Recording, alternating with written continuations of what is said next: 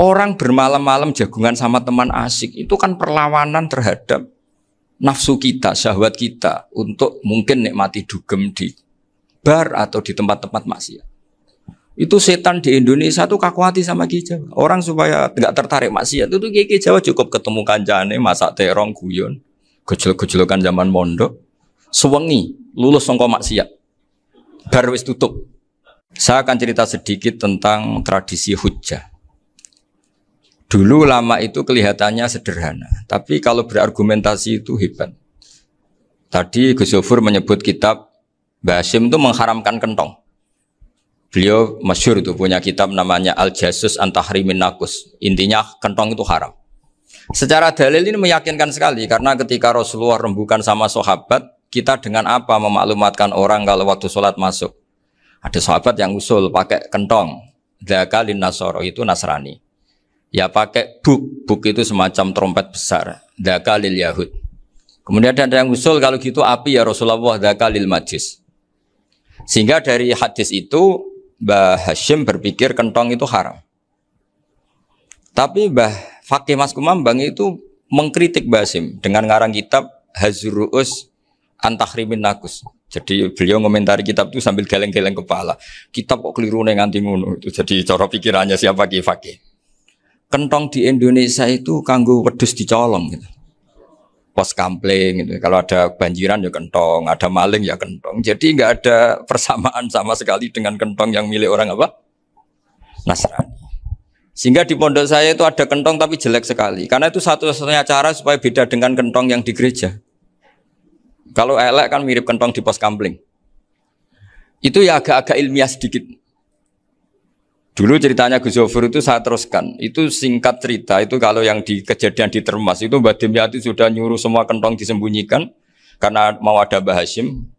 Cerita itu mukarrar di Kiai Fakih sama di Kiai Dimyati Termas. Setelah kentong dikumpulkan semua, Mbah Hasyim datang, seneng, ngiranya Syekh Dimyati ini sependapat dengan beliau, yaitu sama-sama enggak ada kentong. Tapi setelah itu ada santri yang matur, Mbah Dim pun beres kentong pun kula delikno sedanten. Itu di depan Mbah Hasyim. Jadi GR-nya Mbah Hasyim bahwa Mbah Dim itu sependapat akhirnya hilang. Ternyata ini akal-akalan toh gitu. Karena santrinya matur, Mbah Dim pun beres sedanten kentong beduk sudah disingkirkan. Itu di depan Mbah Hasyim. Saking lugunya santri, nah saking ikhlasnya agak ngerti mahalus syahid ini adalah Mbah Hasyim. Saya mau meneruskan cerita Gus Yofur. Dulu Mbah Mun ngaji di Lirboyo, tapi Kiai Makhrus ngaji sama Kiai Khalil Harun. Kiai Khalil Harun itu adik juga sekaligus muridnya Mbah Umar Harun. Mbah Umar Harun itu generasi kedua setelah Mbah Ghazali. Beliau menantunya Mbah Ghazali, tapi ya sudah ponaan. Sehingga tradisi ini penting karena saya berkali-kali bilang di mana-mana. Status orang tua dan mbah itu adalah terserah anak cucunya. Bukan terserah mbahnya, tapi terserah anak cucunya. Saya tidak akan bosan mengingatkan ini. Saya pernah di makamnya Nabi Yakub, itu ya dikemuli bendera Israel. Di makamnya Nabi Dawud. Nabi Ibrahim juga dekat sinagog. Sehingga Quran membela Nabi Ibrahim disebut maka anak Ibrahimu Yahudi wala Nasrani. Karena ketika beliau berposisi di Israel, kemudian penguasanya adalah Yahudi, bisa saja makam ini ditulisi dan distatuskan ala Yahudi.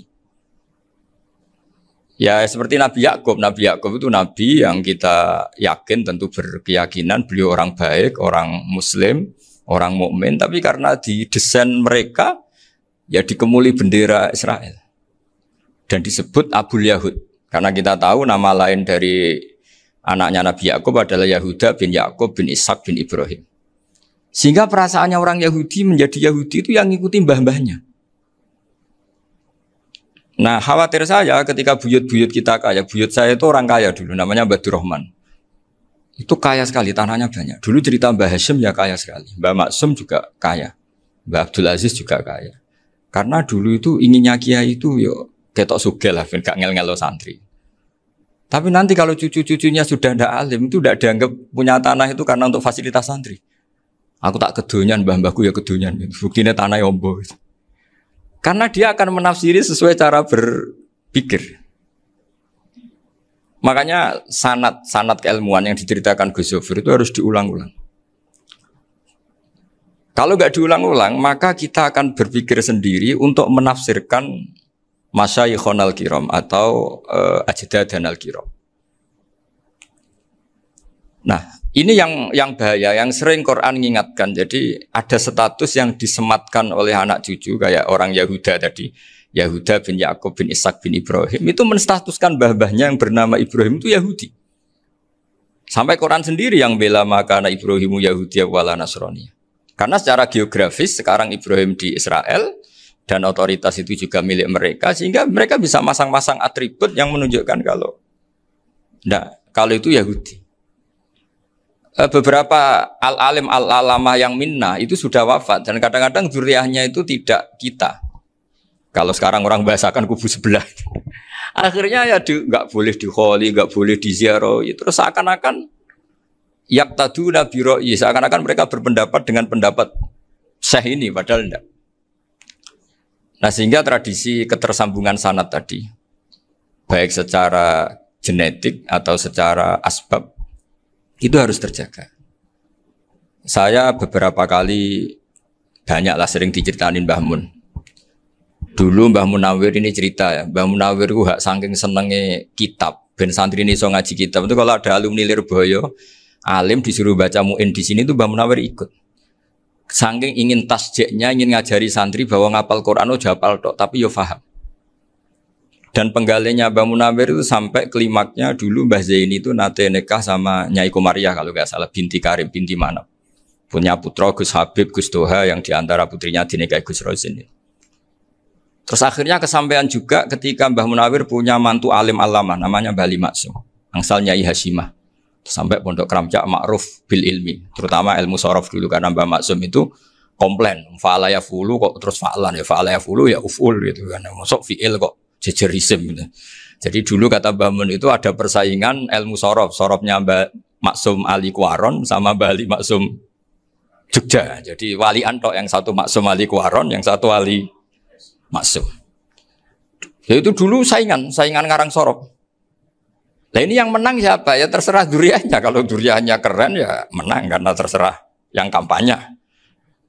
Saya bayangkan adekan Mbah Zubair tidak punya anak sealim Mbah Mun. Mungkin halnya Mbah Zubair juga tidak sewow kalau punya putra Mbah Mun. Karena saya berkali-kali bilang kalau dalam syair Arab itu kama takarroma, kadang dilafatkan kama tasyarrofa bi Muhammadin adnanu. Orang berpikir Adnan itu siapa?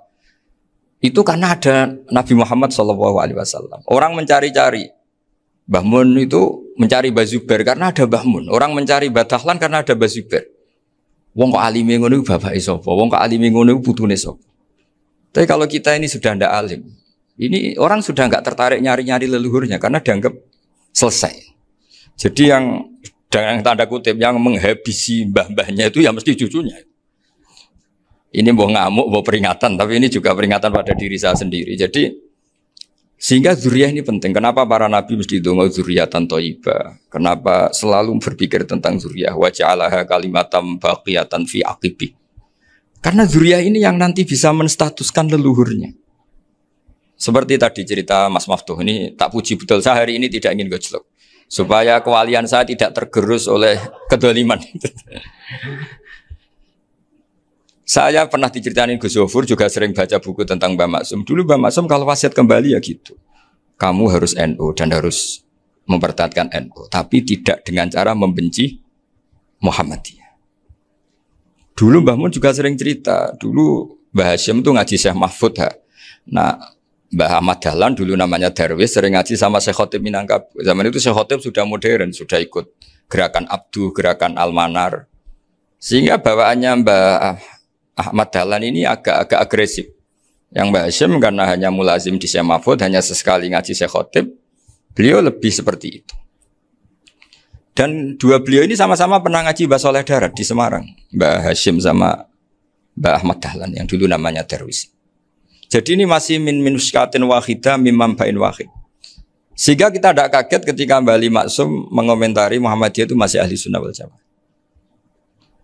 Makanya nanti terakhir saya baca kitabnya Mbah Ali dan sering saya pelajari.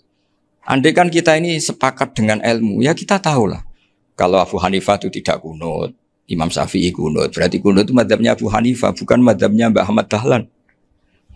Apa ndak kunut itu mazhabnya Abu Hanifah, bukan mazhabnya Mbak Ahmad Dahlan. Kita kunut itu mazhabnya Imam Syafi'i, bukan mazhabnya Mbah Hasyim. Ini semuanya masih dalam bingkai ilmu. Adzan qabla subhi juga riwayatnya jelas. Tidak adzan ya sudah perilaku kita sudah jelas. Dulu Mbah Mun sering didik kita gitu. Saya sering dengar cerita kalau dulu Pak Arif Fakhruddin begitu hormat sama Mbak Ali, apalagi zuriyahnya Mbak Azhar Basir, karena beliau dulu ngaji di Termas. Dulu itu nggak ada masalah karena semuanya dianalisis pakai ilmu. Tapi sekarang pakai identitas, yang kunut itu NU, yang nggak kunut Muhammadiyah. Berarti Abu Hanifah itu Muhammadiyah, Imam Syafi'i itu NU. Berarti Imam Syafi'i itu ya anak buahnya Ki Miftahul Ahyar kira-kira gitu, karena anak buahnya Pak Said Akil. Kan terus jadi repot. Dulu kita ini pengagum ilmu, bukan pengagum perbedaan. Sehingga di sini yang saya kagum dari sekian ceritanya Mbah Ali Maksum, supaya kitab ini to the point, supaya nggak lama-lama karena waktunya juga. Nanti kalau kemalaman ini kena semprit ini sudah. Ini diantara yang diceritakan Bali itu unik. Imam Syafi'i itu sering tawassul, sering wasilah sama siapa itu? Abu Hanifah. Ini sudah tak petakan, saya baca yang sensitif lah. So, yang ini ya. Ziyar al-Babus Samin, terus sebentar ini yang bab tawassul.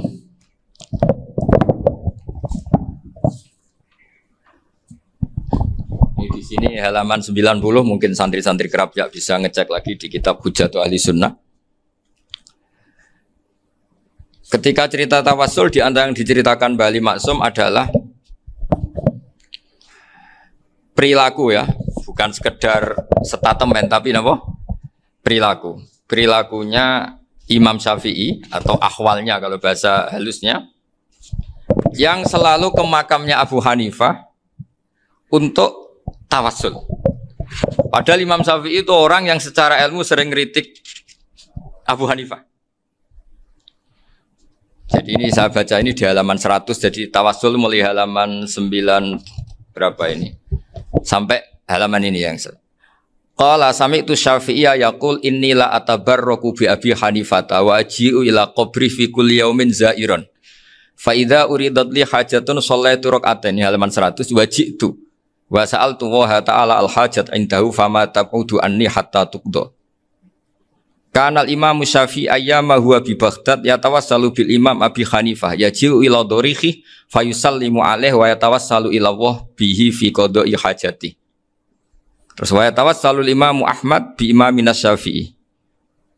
Jadi di antara yang diceritakan Mbah Ali Maksum itu betapa Imam Syafi'i yang terkenal sering mengkritik Abu Hanifah dalam tatanan fikih karena beliau tidak percaya ada istihsan. Abu Hanifah berpendapat adanya istihsan, dan kita tahu lah ikhtilafu Syafi'i wa Abu Hanifah itu besar sekali. Tapi beliau itu tahu Abu Hanifah itu orang yang sangat soleh. Abu Hanifah itu kalau ketemu sama orang yang utang beliau itu yang lari bukan yang utang Abu Hanifah, karena takut orangnya itu izin. Jadi kalau ketemu yang utang di jalan itu yang sembunyi itu Abu Hanifah. Kenapa engkau sembunyi? Ada yang utang saya lewat, nanti orangnya malu. Jadi setingkat Robiah Adawiyah itu beliau di rumah ada maling itu sembunyi. Ditanya kenapa engkau sembunyi? Malu, gak ada yang dimaling. Malu sama malingnya karena serumah itu gak ada barang yang layak dicolong itu. Itu Robiah dia sembunyi. Itu yang bisa niru itu Abu Hanifah. Jadi wali-wali besar ini ternyata saling menghormati dan saling tawassul. Nah saya berharap tawassul ini bukan sekedar perilaku sosial, tapi memang ada sanatnya. Sehingga terus diceritakan Bali di sini dulu istaqa Umar bil Abbas. Kata siapa tawassul harus dengan Rasulullah SAW? Dulu istaqa Umar bil Abbas. Sayyidina Umar itu tawassul istisqa dengan Sayyid Abbas. Padahal kita tahu Sayyid Abbas ini tidak nabi. Terus beliau cerita sampai Imam Syafi'i tawassul sama Abi Hanifah. Sehingga nggak ada perdebatan itu kan Umar. Kalau Umar kan ada jaminan boleh diikuti karena beliau sahabat.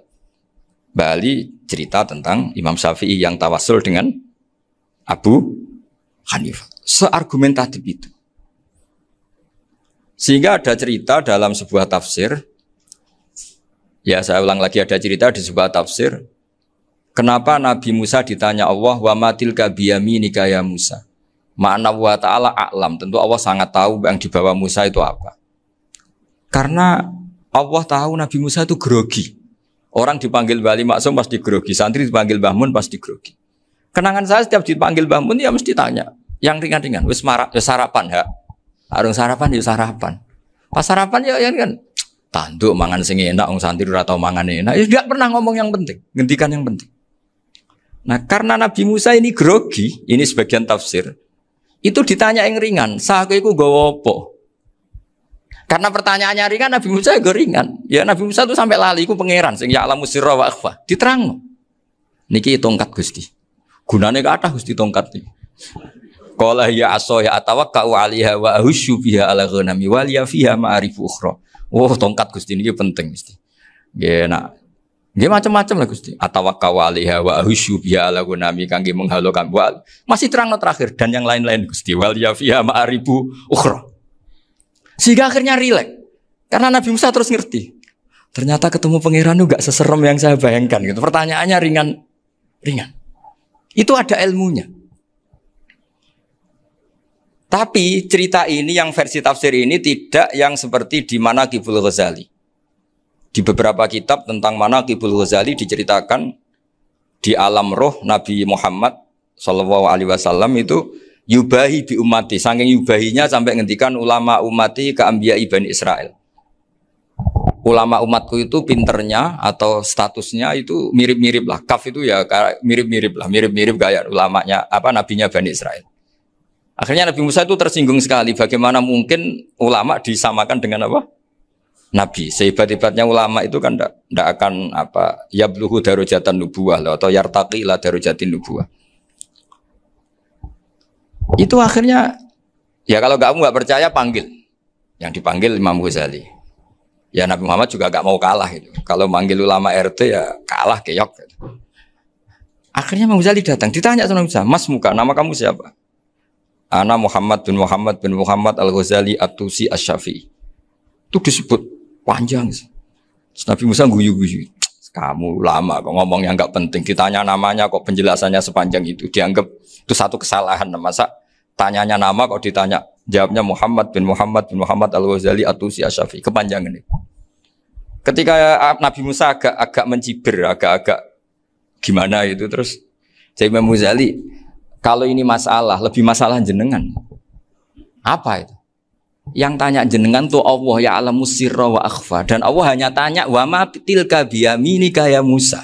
Harusnya jenengan jawab asoya titik, bukan kepanjangan. Atawakka'u 'alaiha wa syubha itu kepanjangan. Allah tanya yang di bawah kamu itu apa? Yang di tangan kamu. Harusnya jawabnya hanya asoya. Tapi kenapa penjelasannya sepanjang itu? Sampai terakhir waliya fiha ma'arifu ukhra. Terus pinter tenan jadi gitu. Terus ada Nabi Musa terus bilang, ya pinter tenan aja gitu. Padahal kita tidak pernah GR seperti itu kan kebetulan Imam Ghazali gitu. Kalau yang lain mungkin ya keok lah kira-kira gitu. Tapi ini cerita dalam khazanah keilmuan. Benar yang dikatakan Gus Zofur. Saya termasuk orang yang pernah mondok Lirboyo Pasanan. Jadi setelah saya disuruh nemani Gus Kamil, tahun berikutnya Gus jenengan disuruh. Pokoknya anakku mbok sak wulan lah kudu tahu mondok Lirboyo. Biar aku tahu ngaji Wakarim. Terus yang disuruh Mbak Turi Gus Kamil itu saya. Jadi saya pernah 1 bulan tuh di Lirboyo. Karena saya ini santri beling ya, kontraknya pokoknya penting ziarah Bakarim. Biasanya nggak pernah ngaji ya. Pokoknya gerbar ngisa. Ziarah ya sudah. Ngaji subuh ingat saya sama Gus Imam. Itu dari 17 hari ingat saya ngaji 2 kali. Tapi kalau ziarah ke Bakarim sudah lupa jumlahnya karena memang kontraknya disuruh ziarah. Sampai seperti itu. Dan saking senengnya bangun sama Mbak Karim saya masih ingat. Ngamplopi salam template itu masih ingat untuk Gus Anwar, untuk Gus Imam, untuk Gus Kafabi, termasuk untuk Gus Maksum. Itu malam-malam saya dijak ngamplopin. Zaman itu saya masih ingat selawewu. Zaman itu kos 1 bulan itu 13.000. Jadi kira-kira kalau 25.000 itu untuk kos 2 bulan. Jadi saya krusnya itu pakai kos. Saya masih ingat Mondok Sarang itu kos 1 bulan 13.000. Berarti kira-kira 500.000 itu di amplopin sendiri sama Bang. Ini untuk Gus War, ini untuk Gus imam, ini untuk Gus. Padahal Gus Imam ini mondoknya sudah di Mbah Mun. Itu Mbah Mun hormatnya sampai untuk jatah salam tabligh. Nah yang ribet kebalikannya, kita pulang Gus Imam karena melihat Gus Kamil ini putrane Mbah Mun, Gus Kamil disangoni. Saya juga disangoni karena Gus Imam dulu ngaji juga sama Pak D saya, sama keluarga saya. Itu kata Gus Kamil setelah keluar, mau kamu nih gue abal, boten berarti gue aku. Karena ini penting, ini kalau sampai dianggap tukar guling, ribet deh. Jadi ditakwil sendiri lah, mau kamu nih gue abal ya, boten wis, yes berarti halal. Tapi sama Mbah Mun ya ditanya. Ditanyanya bukan apa karena untuk meneruskan tradisi bahwa kalau kiai ketemu itu ya saling memberi hadiah, saling itu sudah faqaddimu baina yadayna najwaakum apa? Shadaqah. Sehingga ketika Kapya ini punya Bali Maksum alim alama, kemudian melahirkan murid-murid yang juga ipar kayak Mbak Warsun bisa ngarang apa Kamus Al-Munawwir, Pak Bik juga punya karangan Kamus Al-Mu'asir. Saya itu punya semua. Karena ini adalah buah dari bahwa kita ini tidak kalah sama produk-produk yang di sana. Bahwa produk di kita ini sudah cukup untuk mengantarkan orang menjadi alim alama. Dulu Mbak Zubair ke Mekah ya sudah alim alama. Gus Zufur ke Al-Azhar sudah alim semua. Teman-teman kita ke Mekah itu sudah alim semua. Padahal produk mondoknya ya tadi mau digojlok kiai ini, terus mangkel be keamanan biasanya. Biasanya musuh besar pondok itu keamanan. Jadi bukan berarti gojlok ibunya Gus Maftuh enggak. Biasanya keamanan itu musuhnya apa? Banyak. Itu tradisi keilmuan itu harus dijaga dengan hujjah dan dengan tadwin, dengan pembukuan. Saya punya sekian cerita ya, misalnya dulu kita mungkin iskal itu janggal. Kenapa sih orang Islam tukaran sama orang Islam? Sehingga di antara doa Nabi yang enggak dikabulkan Allah, enggak boleh dikabulkan sama Allah enggak boleh, bukan berarti kamu saja. Redaksinya famana aniha, memang enggak boleh. Redaksinya bukan falam yastajib lahu tapi famana aniha.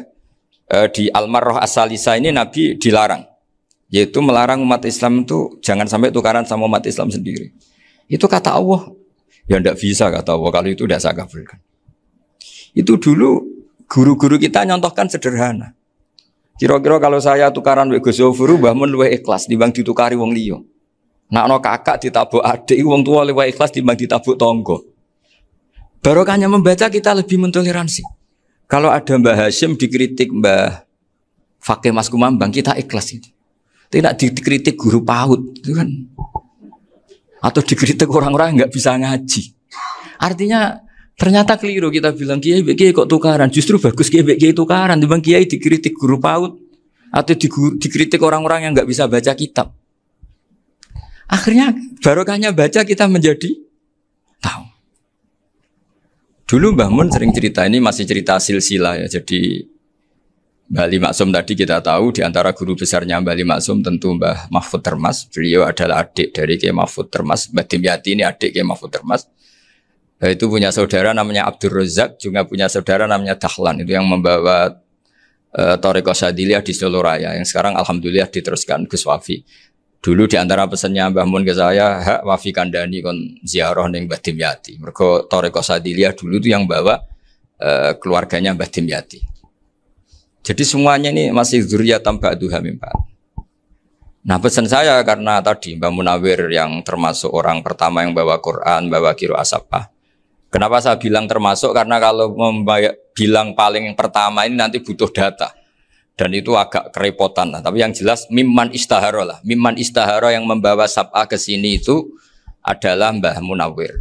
Terus beliau ngajarkan diantaranya ke Mbak Arwani, pakai kitab Satibi, pakai kitab Nazmus Satibi.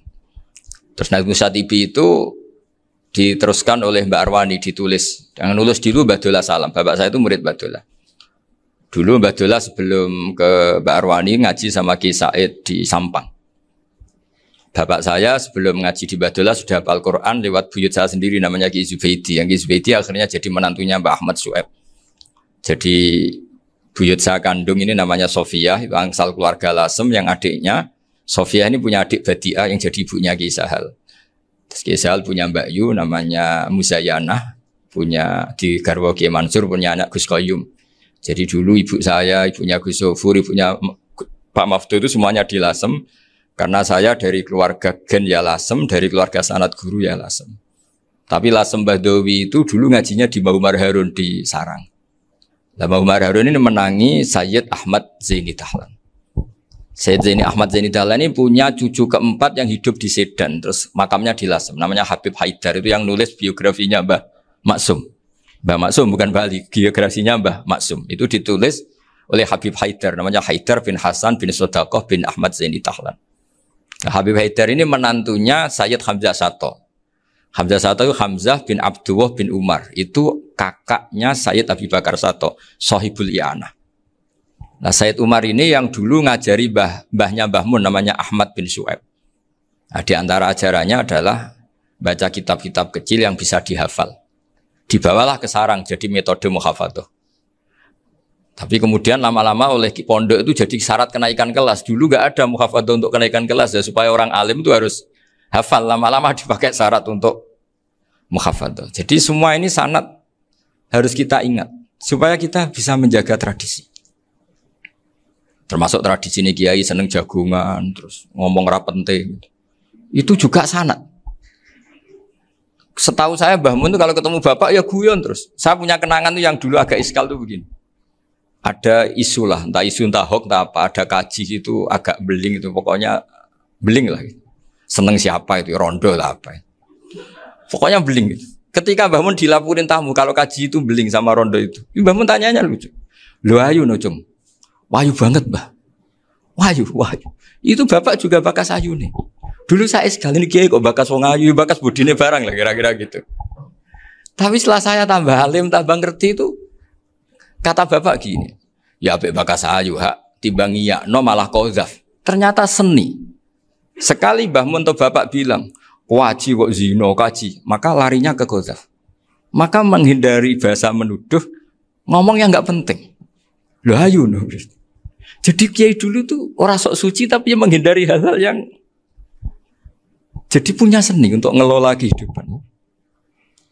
Orang bermalam-malam jagungan sama teman asik itu kan perlawanan terhadap nafsu kita, syahwat kita untuk mungkin nikmati dugem di bar atau di tempat-tempat maksiat. Itu setan di Indonesia tuh kakuati sama Ki Jawa. Orang supaya tidak tertarik maksiat itu Ki Jawa cukup ketemu kancane masak terong guyon, gejol-gejolokan zaman mondok, sewengi lulus sangka maksiat. Bar wis tutup. Perlawanannya sederhana, nggak pakai tahajud, nggak pakai wiridan, karena Ki Jawa juga koyoke rapati potongan ahli ibadah itu jagungan. Gitu. Jadi setahu saya itu pernah lihat Bali itu sekali ketika beliau ngisi ceramah di Mbah Hamid Bedowi, sama masih kecil diajak bapak. Dulu kalau bapak ngelihat Bali sama Mbah Hamid itu mesti nangis, karena dua orang alim bertemu. Yang akhirnya ya bisanan itu Mbah Hamid punya anak Gus Nasih, di sini ada Mbah Nafisa, terus jadi Mbak Salih Hindun itu. Jadi dulu tuh ya guyon terus ketika ketemu. Itu yang sering bodoni Mbah Hamid itu ya Ki Bisri. Ki Bisri itu kalau datang ke Ki Hamid Pasuruan, nak wali tenan aku teko ditata nomangan. Jadi ukurannya ya. Ternyata sampai sana dikei mangan tenan. Masih belum mengakui, kan nak wali tenan aku iki kiai rung di mobil, dongakno aku di mobil. Sudah kalah satu seri itu masih gak terima. Lalu itu Mbah Hamid akhirnya berdoa, ayo monggo, mungkin-mungkin Ki Bisri gak ada mobil. Itu setelah didoain masih tanya, mereknya apa merek? Jadi itu Mbah Hamid jawab, yo paling Holden itu, paling Holden. Itu nyari mobil itu ya adalah dapatnya Holden. Suatu saat Mbah Bisri diundang Mbah Hamid gak dikasih pisau, karena utangnya sudah banyak Mbah Hamid, Mbah Bisri ini utang doa tadi. Itu ya gak dikasih besar ya gak mau kesang apa-apa kelambimu kayak no aku. Didol sama muhibbinya Mbah Hamid. Itu harganya melebihi jatah bisaroh. Ketemu Mbah Hamid. Kang, susu Kang, mergo. Jadi dulu itu rileks, makanya ini yang diceritakan ke Zofur. Sebetulnya kalau kiai-kiai itu bersanad itu ya rileks, hidupnya itu rileks. Karena rileks ini perlawanan terhadap kemungkaran. Saya dulu musyawarah sering sama Gus Zofur usul fikih. Itu jelas di antara yang ditulis Lubil Usul itu. Ya kita tahu tadi misalnya sanad usul fikih, Mbah Ber itu sangat al-usuli Kiai Zubair Dahlan, abahnya Mbah Mun. Punya murid di antaranya Kiai Sahal. Kiai Sahal punya karangan Thariqatul Husul fi Syarhi Lubil Usul. Itu Thariqatul Khusyul itu beliau ngendikan dalam mukaddimah bahwa saya bisa mensara ini berdasar ngaji, maknani sama Mbah Zubair. Terus beliau mengutip sarah itu dari kitab Nailul Ma'mul. Beliau ngendikan binus khotin khotiyah ghairi matbu'ah. Dan itu ditemukan di Kiai Mansur di Lasem. Karena Kiai Mansur iparnya Mbah Sahal. Mansur bin Khalil itu diantara katibnya Syekh Mahfud. Jadi semuanya ini sambung. Mbah Ber, saking ahli usul fikihnya, kalau ngajar usul fikih itu kalau guyon takriran saya ini lebih memahamkan ketimbang sarah. Ya sudah, terus Mbah Zubair, Kiai Fakih, terus Syekh Mahfud. Di sini Syekh Mahfud termasuk orang yang dekat Mbah Munawir sampai putrane Mbah Mahfud namanya Gus Muhammad dibawa Mbah Munawir, kemudian mondok di Termas diantaranya, terus dinikah jadi menantunya kalau nggak salah Haji Taslim di Betengan, kemudian sekarang juriannya Mbah Mahfud di Betengan. Ini nggak boleh hilang secara seperti itu. Diantara di usul fikih diterangkan ketika diantara 5 hukum itu ada yang bernama mubah. Mubah itu boleh dilakukan, boleh ditinggalkan, dan kalau dilakukan ya tidak berpahala, tidak disiksa. Itu ada ulama yang protes.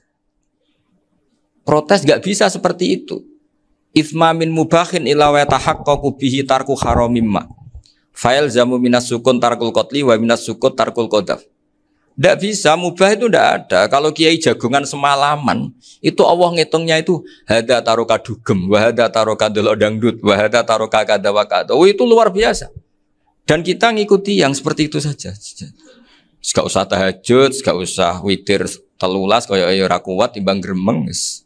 Sewengi jagungan, setan ngenteni kita tergoda maksiat, ternyata maksiatnya sampai tutup, kiainya masih apa? Jagungan. Jadi jagungan saja ada ilmunya bahwa itu perlawanan terhadap tarkul ma'asi.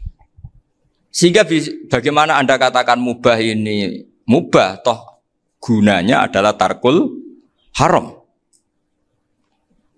Meskipun efek mubah juga bisa tarkul wajib, wae bojo blonjo turu. Karena wae ngrumat ibuke turu. Itu halal wajib. Jadi mubah itu resikonya ya bisa tarkul wajib, bisa tarkul haram. Sehingga kalau sanad ini terjaga secara baik, secara kultur, saya sering juga sakukan sama Gus Yofur, itu mesti tak niati gitu. Jagungan wong alim itu ibadah, dan menikmati ibadah adalah dabul auliya wa dabul ulama. Kata Imam Ghazali, pada akhirnya waqud buhadaddin al-istildad bil mubahat. Kata Imam Ghazali, pada akhirnya qud buhadaddin, madaru hadaddin, pokok dari agama ini adalah melawan kemaksiatan dengan kita menikmati al-istidad bimbah. Kita menikmati sesuatu yang dibolehkan Allah Subhanahu wa taala. Dan seperti ini itu bisa qasmu dhuhri syaitan, bisa menghancurkan punggungnya setan. Karena kalau melawan setan dengan ibadah ini kadang kita capek selain isra potongan. Tapi nak kangkang ning komplek H gitu jagungan mbek kancane, ngenang melarate, mbok ngenang ras sekolah ramunggah, kenangan sing ramunggah diarani istiqomah. Gitu kan. Diarani tulus zaman, kok sing munggah dianggap kesusu. Saya ini punya pondok Quran, kalau ada yang hafal 3 tahun mesti digojolkan saya ini. Gak apik kesusu itu. Kesusu itu mesti tidak barokah karena tergesa-gesa apa? Hatam. Sehingga yang enggak hatam-hatam itu kayak partai mayoritas. Ini yang partai tulis zaman katanya. Ahli sobri katanya. Akhirnya di pondok gara-gara itu mau guyon, tapi enggak ada stigmasi yang enggak naik. Di Pondok Sarang itu saya punya temen itu banyak yang sekelas dengan saya, sekelas sama Gus Kamil, akhirnya sekelas dengan Gus Zofur. Padahal saya ini kakak kelas. Saya temannya, Gus Kamil temannya Gus Zofur. Ini anak ini nggak pernah naik, itu nggak dinyek, nggak dicibir di pondok. Karena guyonan tadi, guyonan bahwa ini bagian dari bentuk apa? Istiqomah. Nanti yang goblok juga tenang. Karena kiainya cerita, kadang santri goblok ya barokah. Di sini pondok akeh santri ora tau sinau ning omah dadi kiai gede. Selalu kiainya tuh cerita seperti itu. Akhirnya sing goblok ya bangga dengan kegoblokannya. Iya, jadi kiai itu orang yang meskipun guyon ini barokahnya Masya Allah. Dan setahu saya kiai-kiai alim itu ya senengannya guyon karena tadi guyon itu luar biasa. Bapak saya itu kalau pesan sama saya itu enak ngaji is guyon nice. Wong ning omah mikir utang, mikir wedi bojo macam-macam kok ngaji kok jak nangis pisan, nangis ping pindho katanya. Sudah jak guyon ae. Paling gak lali. Dan beliau punya dalil kul bi fadlillah bi rahmati fa bidzalika falyafrah. Jadi jangan sampai orang ini farah bil maksiat, jangan sampai orang itu Dan ini yang saya kenang dari sekian cerita murid Bali. Mbah Ali Maksum ya senangane guyon. Gojol-gojolkan mbek santri guyon. Ini saya maklumatkan ke semua santri beliau bahwa ini bukan sekedar guyon, tapi al-istilzat bil mubahat. Ini adalah perlawanan terhadap setan karena banyak orang bisa senang tuh kalau nunggu maksiat. Ini bisa senang dengan sesuatu yang tidak maksiat. Itu kayak apa hebatnya? Makanya Nabi itu kalau ketemu sahabat ya sering ngendikan yang ringan-ringan. Ya Umar ma'afalan duher jong mana piye. Kalau ketemu anak kecil ya. Nanti ketemu yang tua-tua yang sudah nggak bisa mikir ya cerita-cerita saya mohon sekali murid-murid kerap ya. Jangan hanya ngaji fikih. Kalau hanya ngaji fikih itu posisi Abu Hanifah itu seakan-akan nyun sewu orang yang sangat tidak ahli hadis. Karena beliau di situ kelihatan kalah sekali dengan Imam Syafi'i. Apalagi di perdebatannya Muhammad bin Hasan Asy-Syaibani dengan Imam Syafi'i itu kelihatan sekali betapa Abu Hanifah itu orang yang nyun sewu ditinggalkan dalam ilmu hadis. Sampai beliau hanya dapat gelar min ulama ahli ra'yi, termasuk ulama yang kuat logikanya. Juga harus baca kitab-kitab seperti ini. Ternyata di balik Imam Syafi'i mukhalif pada beliau di bab-bab fikih, perilakunya sangat hormat. Sampai beliau tuh kalau tawassul ke kuburannya Abu Hanifah. Dan beliau ngendikan an-nasu fil fiqhi iyalun ala Abu Hanifah. Semua orang yang ahli fikih itu masih anak buahnya Abu Hanifah. Saya berkali-kali cerita, mazhab Syafi'i itu alatut tadhir hanya dua, yaitu alma wa turab. Abu Hanifah nambahi wanar. Alasannya Abu Hanifah orang mukmin yang dosanya banyak itu dibakar di neraka dan alasannya Allah litadhirihim untuk mensucikan mereka. Sehingga pikirannya Abu Hanifah an-nar itu min alatit tadhir. Apa yang terjadi ketika bata itu batu bata yang dibakar di situ campur teledong campur apa-apa itu kalau sudah mazhab Abu Hanifah selesai sudah suci karena sudah ngelewatin pembakaran. Meskipun kita tidak akan kalau kehilangan air terus wudu dengan api bisa bunyak semua itu. Tapi apapun itu menjadi solusi. Sehingga saya punya kitab namanya Ikhtilafu Malik Ikhtilafu Malik wa Abu Hanifah atau Ikhtilafu Syafi'i ma Abu Hanifah. Itu kelihatan sekali kalau Abu Hanifah itu nyuruh posisinya kalah. Karena yang ngarang orang-orang Syafi'i. Tapi kalau melihat kitab-kitab kewalian, misalnya di kitab Mizan Kubro ini juga sering disebut kisah itu Mbah Ali Maksum tentang Imam Sa'roni. Berkali-kali beliau mengutip Mizan Kubro. Itu Abu Hanifah adalah orang yang sangat mukasyafah. Artinya ketika Nabi cerita air wudhu itu menjatuhkan dosa, tidak ada air wudhu yang jatuh ke kamu kecuali saat itu juga dosa kamu jatuh. Itu beliau datang ke Madharota Kufah. Kemudian beliau bilang sama si orang tua tadi, tub anizina. Orangnya terus bilang atubu minazina. Ada lagi pemuda datang dibilangin tub an ukuki walideka. Terus bilang tub tu an ukuki walidaya. Sampai yang terakhir ada tub an simai alatilahwi atau an samai alatilahwi. Terus tub tu an samai. Ketika orang itu ditanya, kenapa engkau begitu tahu dosanya apa? Saya tahu air wudhu ini menjatuhkan apa. Jadi kira-kira kalau zina mungkin ya batang babi lah. Kalau hanya sekedar melihat bak-bak mungkin ya curut atau tikus lah kira-kira gitu. Nah dulu sediluk ya mungkin ya tikusnya cilik gitu. Nah dulu suwi ya tikus werok itu atau apalah. Pokoknya beliau itu tahu. Tapi anehnya Abu Hanifah apa? Setelah itu dia nangis minta mukasafahnya ditutup.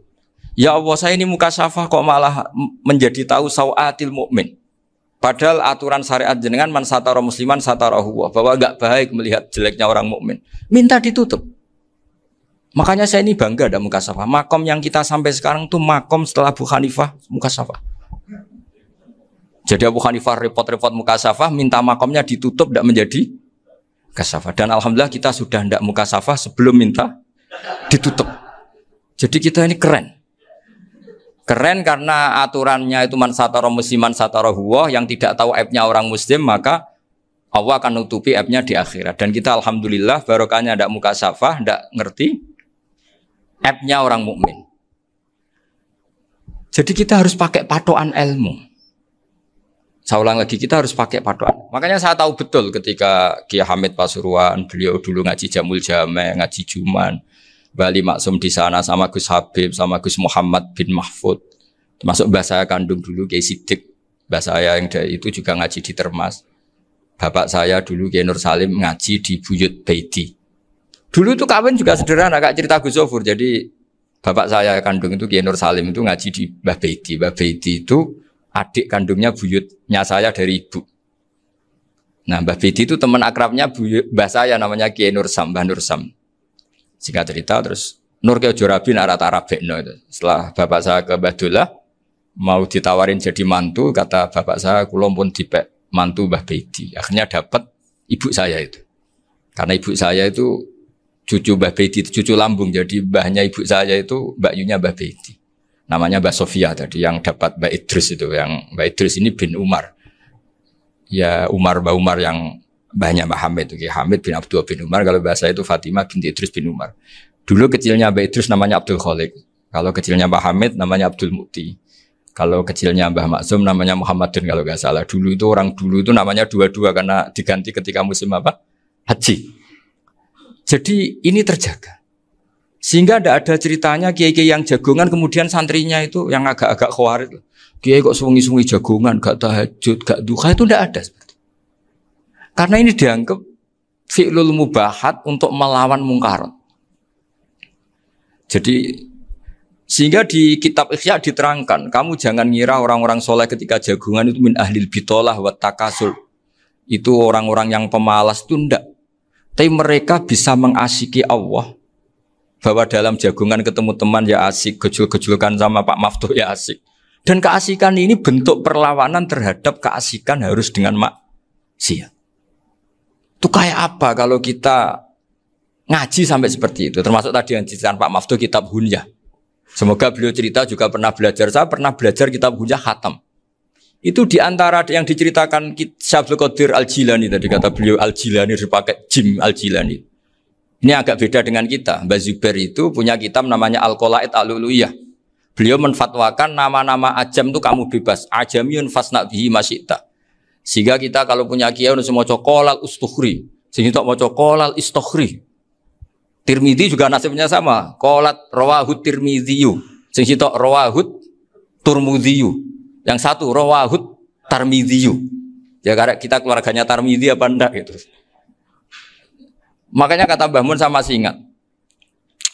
Kata cerita Gus Zofur tadi, adabnya Gus Zofur itu cerita tentang keluarga ibunya. Padahal keluarga ibunya juga orang-orang soleh yang luar biasa. Itu kata Mbah Mun, kowe roh jenenge Imam Bukhari tahu ya. Jenenge sapa? Saya nyebut Muhammad bin Ismail bin Ibrahim bin Mughirah bin Bardasbah. Lah iya Bardasbah mbok waca Bardisbah yo. Lah cara kene mbok Parmin mbok Parlan. Jadi Bardisbah mbok Bardasbah iku cara kene yo Parmin Bapak. Iku rak Mbah Fadl Senori dadi kabeh diwaca Arab. Jenenge Mbah Umar Harun. Dhisik yo wong sarang Mbah Harun mbok kira nang yo ora roh wong dhisik yo wong kuno. Jadi kalau versi Mbah Fadl termasuk yang pertama bikin nasab Mbah Maksum itu tulisannya Mbah Fadl yang dikutip Habib Haidar tadi. Ya saya seperti Gus Zofur juga mencari-cari hubungan ulama-ulama di Jawa. Itu Mbah Mun kalau bicara mbahku harus jenis Kiai Serut. Kalau ditulisannya Mbah Fadl itu Syaraf.